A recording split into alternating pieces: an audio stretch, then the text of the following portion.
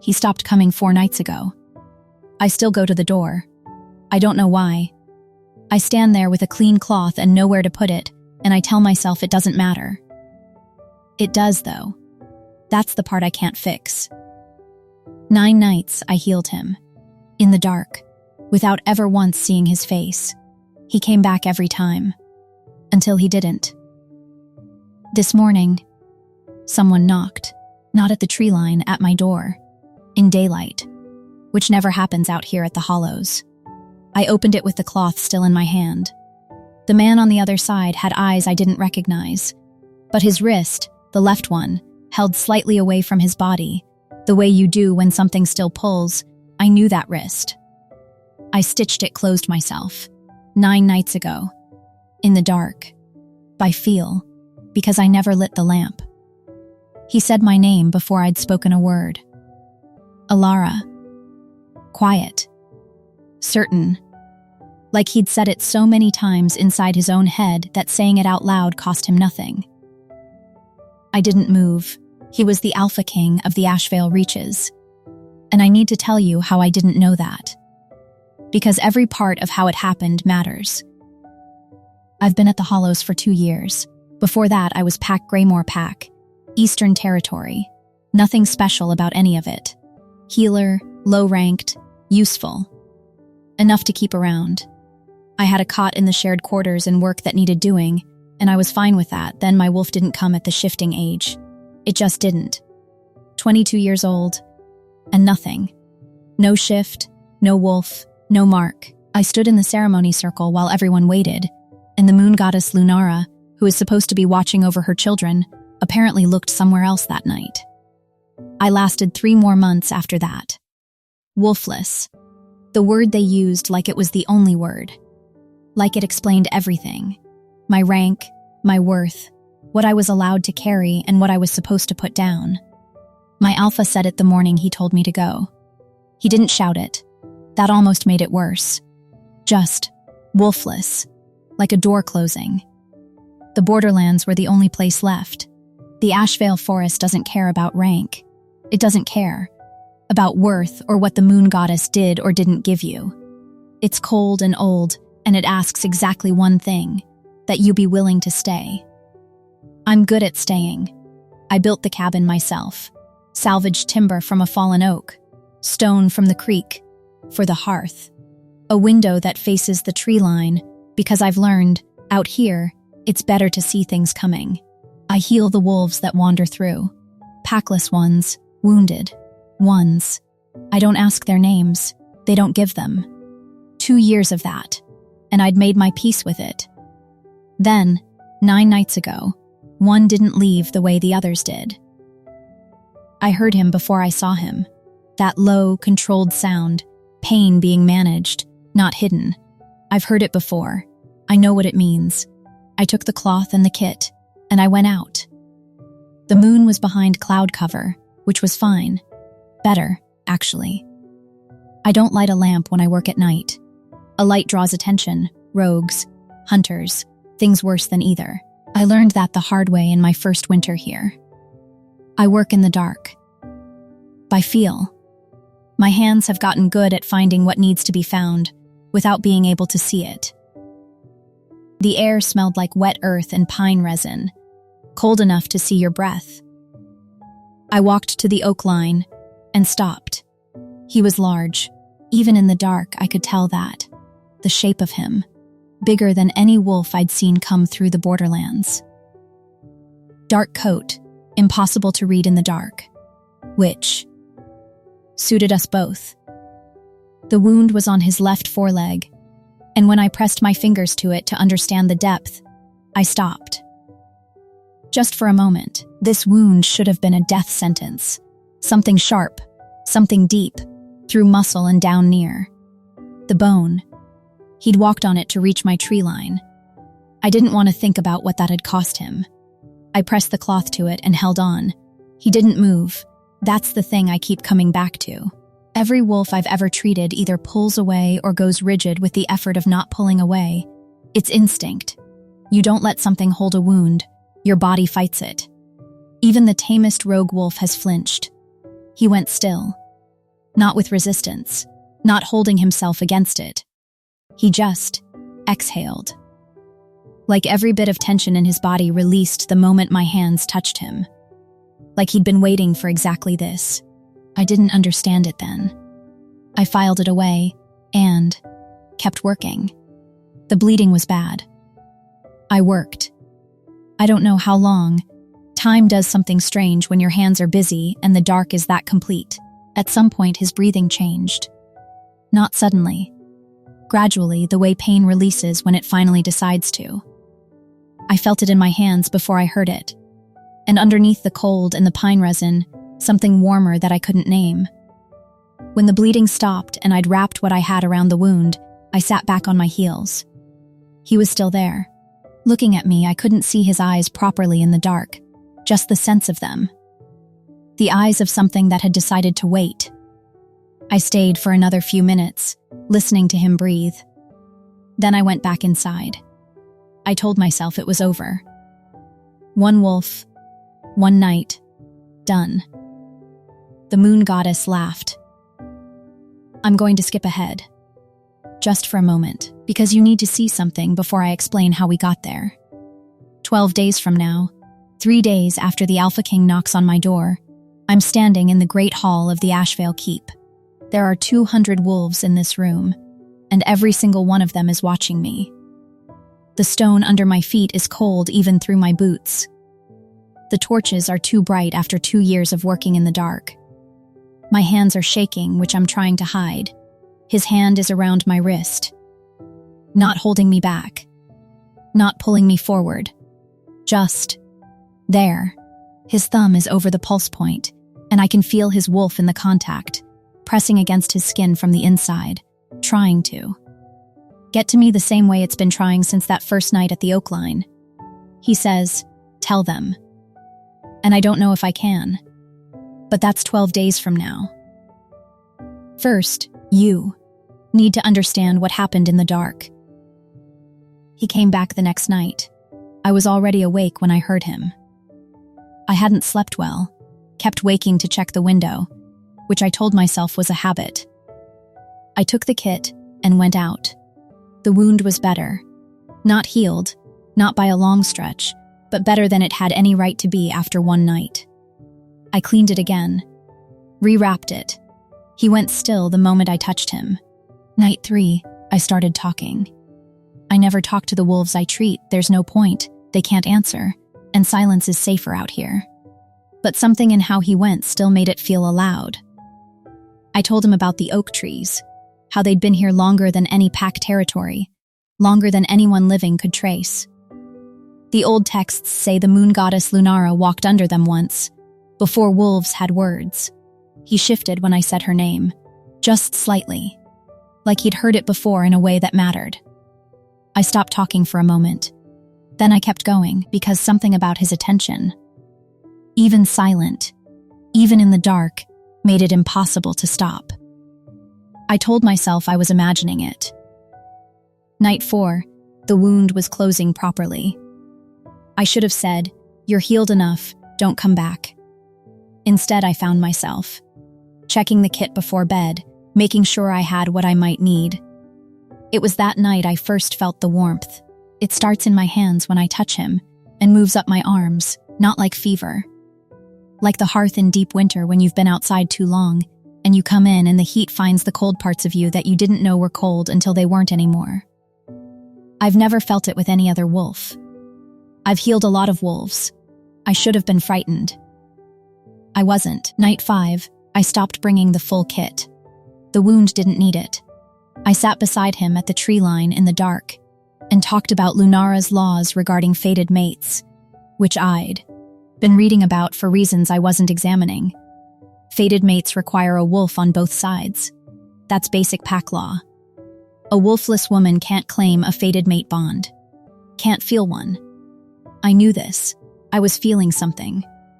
I called it indigestion and kept reading. Night 6, something shifted in how he waited. Every night before that, when I came out, he'd be resting. Head down, conserving heat. Night 6, he was upright when I opened the door, facing it, like he'd heard me coming before I'd made any sound. I sat beside him, and the warmth in my hands started before I even touched him. I'm not an expert in fated bonds. I'm a wolfless woman living alone in the borderlands. But I know. Enough to know that the warmth isn't supposed to start before contact. Night 7, he stayed longer after I stopped talking. Usually. He'd go within a few minutes of silence. That night he stayed so long I fell half asleep against the oak beside him, my shoulder near his side, his scent, warm and dark, underneath the pine, all around me. When I woke, he was gone. I went back inside and stood at the hearth for a long time. The fated mate bond, the one I'm not supposed to be able to feel, had been pressing against the inside of my chest for 3 days. I stopped calling it indigestion. I just didn't call it anything yet. Night 8 was different from the moment I stepped outside. The air was wrong. Too still. I've felt that stillness before storms, before the first freeze, before things that change the shape of what comes after. He was already at the tree line.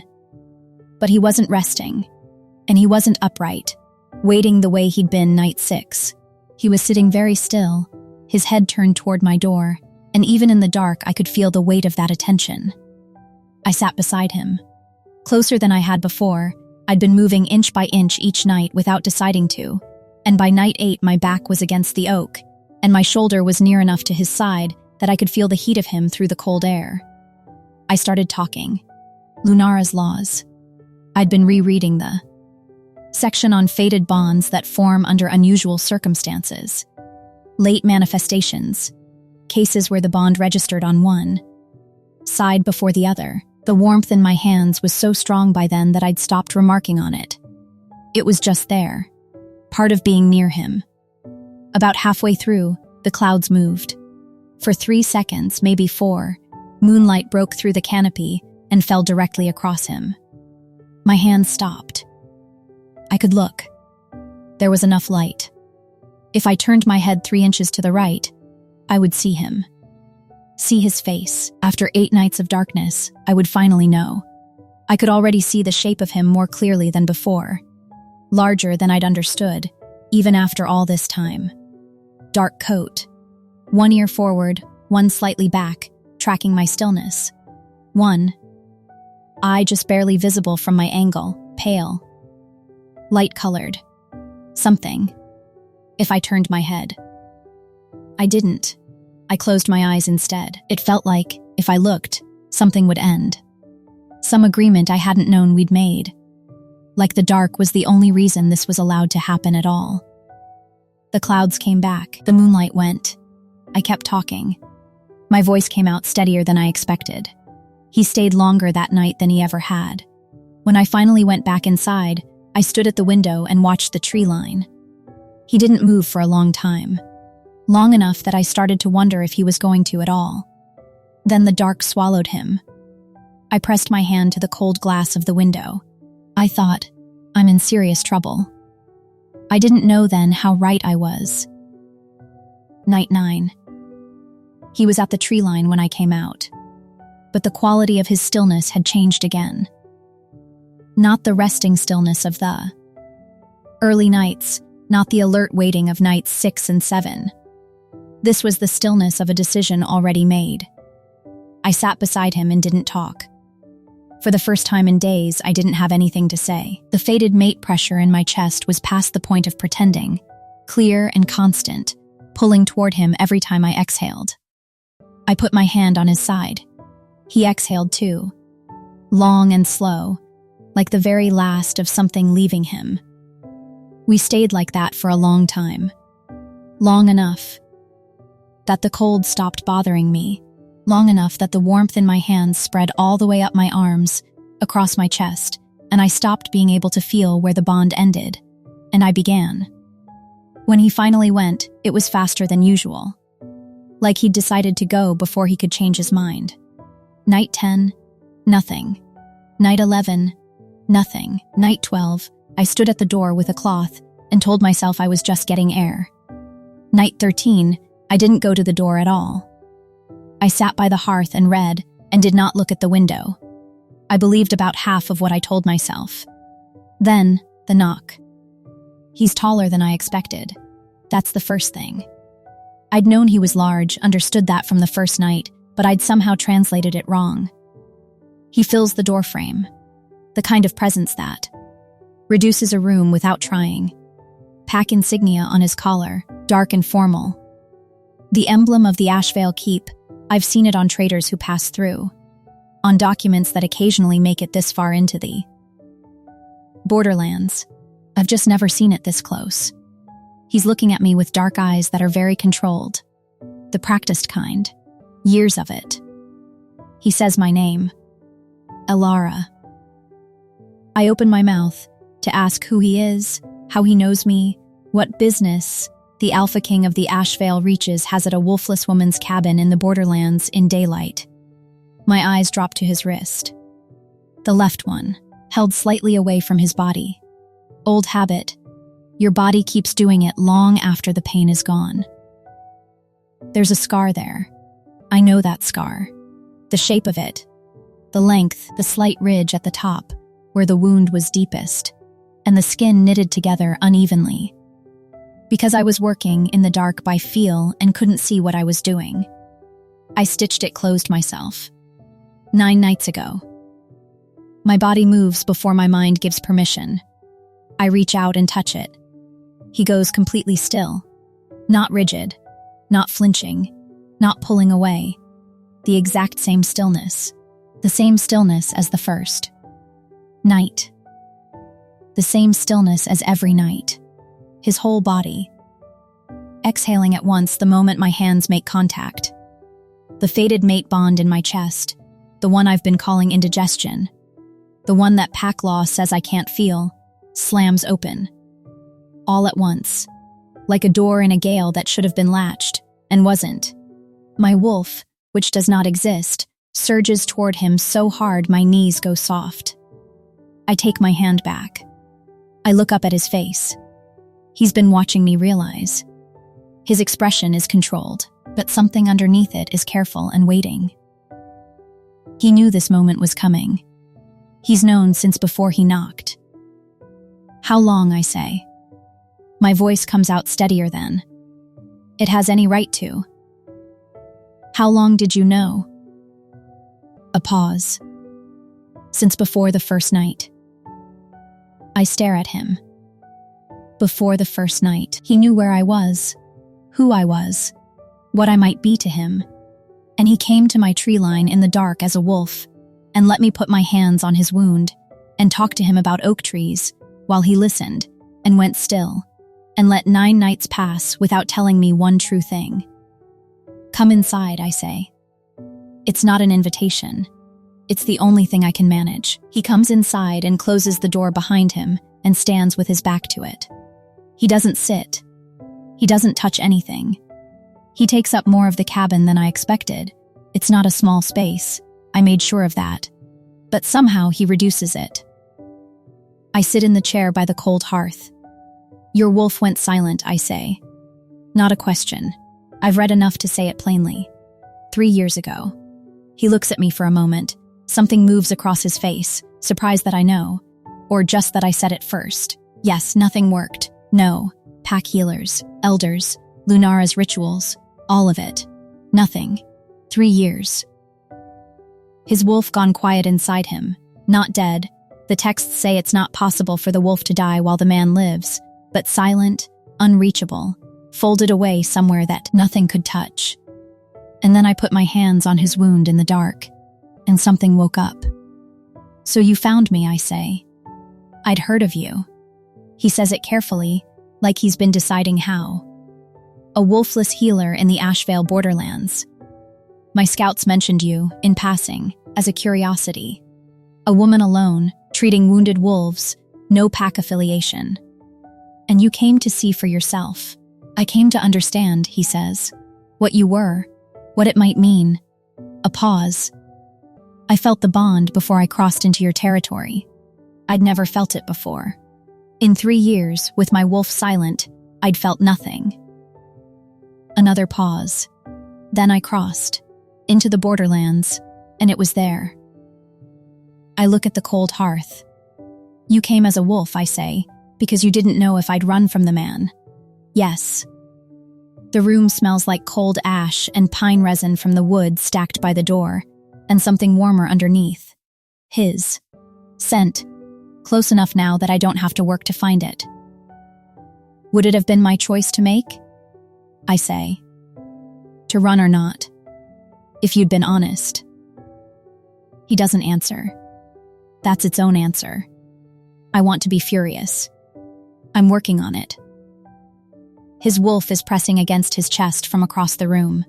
I can feel it, that pull, like a tide from the inside, and it's very hard to stay angry when you can feel that. What happens now? I say. Not angry, just asking. He looks at me. I don't know yet. That's not an answer. No, he says quietly. It isn't. I get up and go to the window, my tree line. The oak trees, Lunara's oak trees, supposedly, from the old days when she still walked. I've stood at this window so many nights. 9 nights, I say. You knew. The whole time. You came back every night and let me heal you without telling me. Yes, and you stayed still, I say it to the window. Every time. When I touched you. That wasn't just the wound. A long pause. No, he says, it wasn't just the wound. I keep looking at the tree line. The morning light hits the oak bark differently than the dark ever showed me. I know those trees by feel, by sound, by the particular way the cold moves under them. I know him the same way, by the shape of a wound, by the sound of breathing, by warmth in my hands. I don't know his face. Not really. I know the scar on his wrist. Somehow, that feels like more. The knock at my door is different from his. Sharp, precise, the knock of someone who has never needed to wonder if they'd be let in. I open it. The man on the other side is old in the way pack elders get old, like something weathered, not aged. The kind of old that stopped pretending to be less than it is. His hair is gray-white, his eyes are pale and very direct, and the pack insignia on his collar is older than the Alpha King's.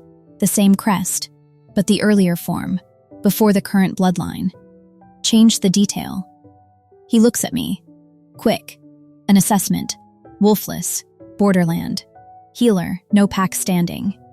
He takes that in and looks past me, at the Alpha King still standing against my closed interior door. My lord. The Alpha King's jaw sets. Elder Varen. The choosing ceremony is in 4 days, the elder says. His voice is even. Unhurried. The voice of someone used to saying difficult things without showing that they're difficult. The council has already made the announcement. The bride's family arrives tomorrow morning. Varen's eyes come back to me for a moment. Clinical. He notes my exact position in the problem he's been sent to solve. It would be best, he says, if you returned. Tonight, my lord. Before the family arrives. Varen leaves. The door closes. The cabin is quiet. I turn back. The Alpha King is looking at me like he's been bracing for this exact moment. Is there a bride? I say. Not a question. He doesn't say no. The silence stretches. The bond is real, he says. That's not the same thing. No, he says. It isn't. The arrangement was made before I found you, he says. The council had been pressing for 2 years. I delayed as long as I could. Then my wolf went silent, and there seemed to be no point in delaying further. I look at him, and now there is a point. Yes, because of the bond, because of you, he says, quietly, direct, like he decided to say it, and then said it. I want that to mean something uncomplicated. It doesn't. There's a bride's family arriving tomorrow and a choosing ceremony in 4 days and 200 years of pack law that says an arranged mating ceremony, once announced, can't be undone without council consensus.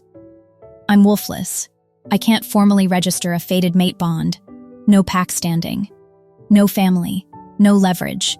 I'm a healer in a borderland cabin who talked to him about oak trees in the dark, You should go, I say. Alara, I mean it. Go. He looks at me for a long moment. His wolf is pressing against his chest. I can feel it from across the room. That warmth, that pull, same as the first night when I didn't know what it was. I'll come back, he says. I don't say anything. He goes. I stand at the window. My tree line. My oak trees. He stops at the edge before the forest takes him. Same pause, same spot, same as the wolf always did. Then, he's gone. I make tea I don't drink. I sit by the hearth until the fire goes low. I think about the first night. The wound that shouldn't have been survivable. My hands are finding it in the dark. He came as a wolf because he didn't know if I'd run from the man. He wasn't wrong. That night, I didn't go to the door. There's no point. He's not coming as a wolf anymore. I lie in the dark and try not to feel the fated mate bond pressing against my chest. It's like trying not to feel a heartbeat. The more attention you give it, the louder it gets. 4 days. That's what I have. Varen's eyes when he looked at me, not threatening, just filing. An obstacle, not a person. I know that look. I've spent 2 years being that look to everyone I used to know. I get to 3 reasons this is impossible, and stop. The bond is too loud to count past 3. I'd built something out of these 2 years. The silence, the trees, the dark. It wasn't nothing. I fall asleep eventually. Not easily. I wake at midnight. Not gradually. All at once, sitting up straight, the way you wake when something is wrong and your body knew before your mind did.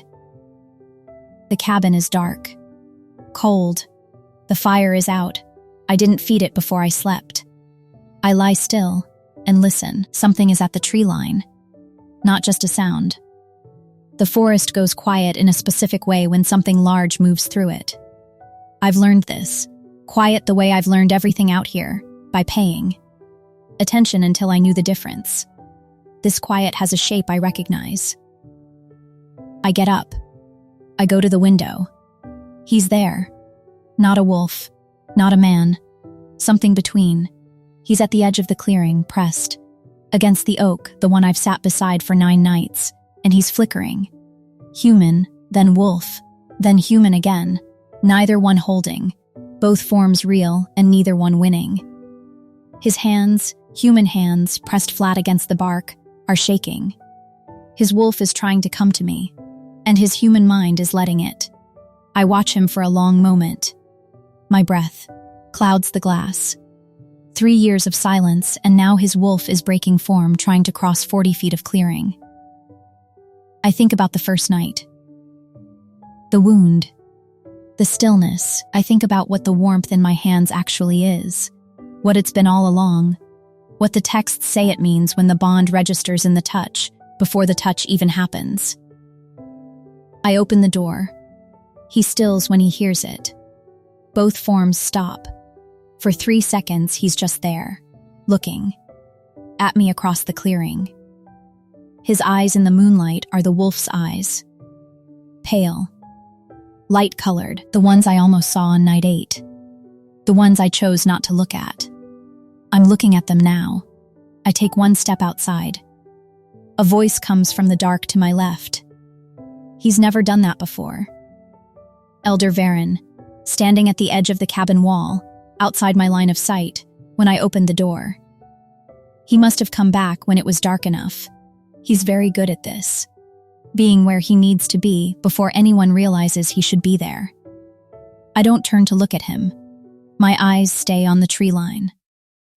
His wolf hasn't tried to shift in 3 years, Varen says. Not for a pack crisis, not for battle, not for a Lunara-blessed ritual that took 4 elders and 2 full moons to prepare. A pause. It's trying now.